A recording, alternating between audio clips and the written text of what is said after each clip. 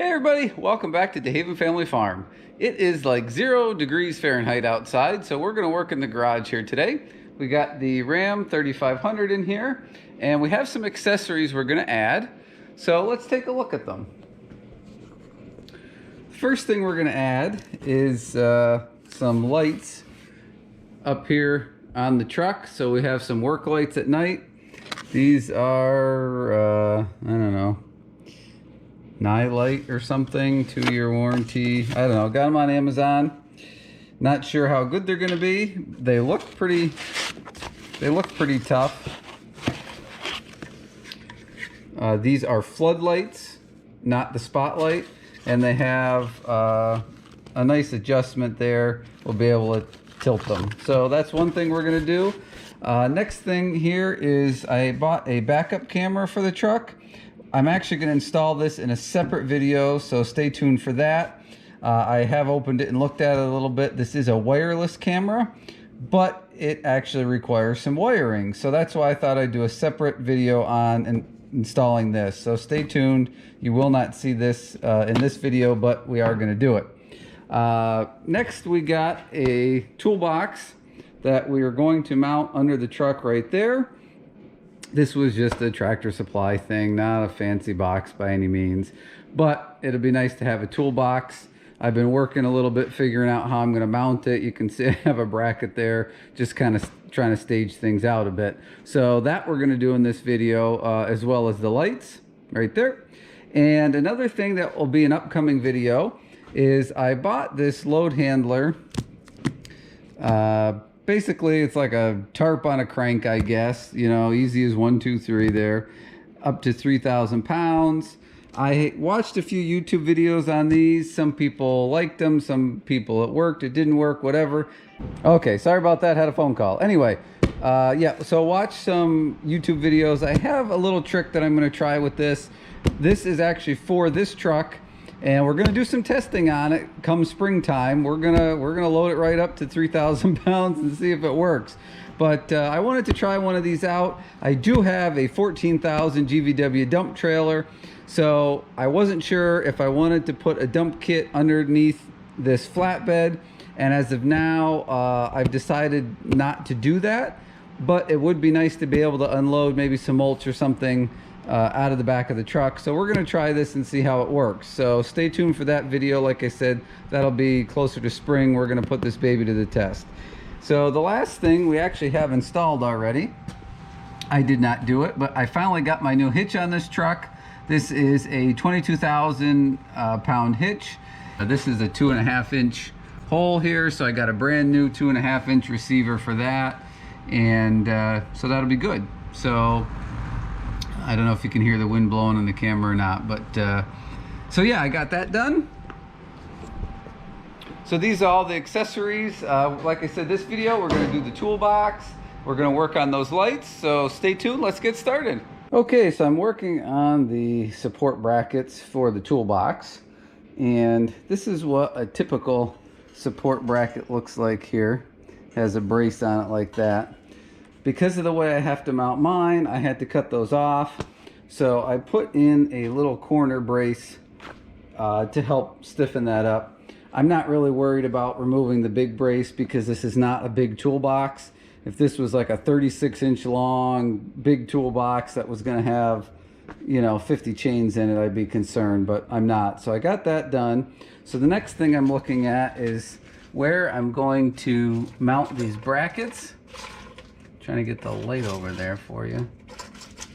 One of them's going to go over here somewhere, and the other one is going to go back here somewhere. And you see I have this brake cable here, which was another reason that these angled brackets had to come off, because this actually has to fit up behind there and bolt on. So that's what I'm working on now. I'm going to get these fitted in there. I am going to have to put a little notch in the one to fit that, but I'm going to work on getting that done right now, and I'll come back to you when I figure that all out. All right guys, here we go. I got those two mounted. I was able to use 2 holes that were in the frame, one on each, and I had to drill holes, one hole for each support in the frame. So because these were used support brackets, they were a little rusty. I cleaned them up, primed them, and you can see they're kind of shiny. So we're gonna let those dry, and we'll go work on the lights a little bit, and then we're gonna have to come back and paint them black. Okay, we're back here. A couple things have changed since you saw me a second ago. I have some black paint drying down on the toolbox supports, and in the meantime I did get this first light installed. A couple quick tips here just for you guys. If anybody hasn't done this before, I've never installed lights. Quite, I don't want to call these fancy, but you know, old school stuff that barely has any adjustments. So I got it all installed and then realized like an idiot that this piece right here, which is what your mounting bracket bolts to, actually was a little bit loose, because you can slide it sideways for further adjustment of the light, which is nice. But I didn't realize that, so I had to loosen mine back up after I had it positioned so that I could tighten that bolt down. So just a word of caution there. Make sure you check and see what adjustments there are so they're tight when you go to adjust them and mount it. The other tip I will give you is kind of a no-brainer, but loosely connect your wiring before you do everything and just test the light, make sure it works. If you bought a high quality light, chances are that's not an issue, but these were, I mean, they seem quality built, but they were not very expensive on Amazon, so you just never know what you're gonna get. So just hook the wires up loosely before you do all your nice connections and make sure that the light does actually work. So this one, the only thing I have left to do is just sort of clean up these pigtails. I got all kinds of nice weather tight seal here on the connections, and I ended up running a separate wire up to the ground up here rather than trying to cut this open and run a ground wire. I grounded it just to the frame here. So I'm letting these guys cool down a bit, and then we'll clean up this little mess here nice and tidy.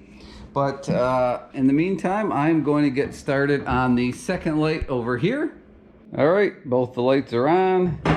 It was a little difficult to figure out something here. I tried to clean everything up on these two the best I could, but had some wire loom and stuff I kind of added in there. And if anybody has any little tricks or special tools for wire loom, other than kind of fighting with it, or I hate using a screwdriver because I'm afraid of poking the wires. So if anybody has any little tips or tricks to that, leave it down in the comments for me, please. I'd appreciate that. So lights are done. I will show you a picture of them lit up in the dark.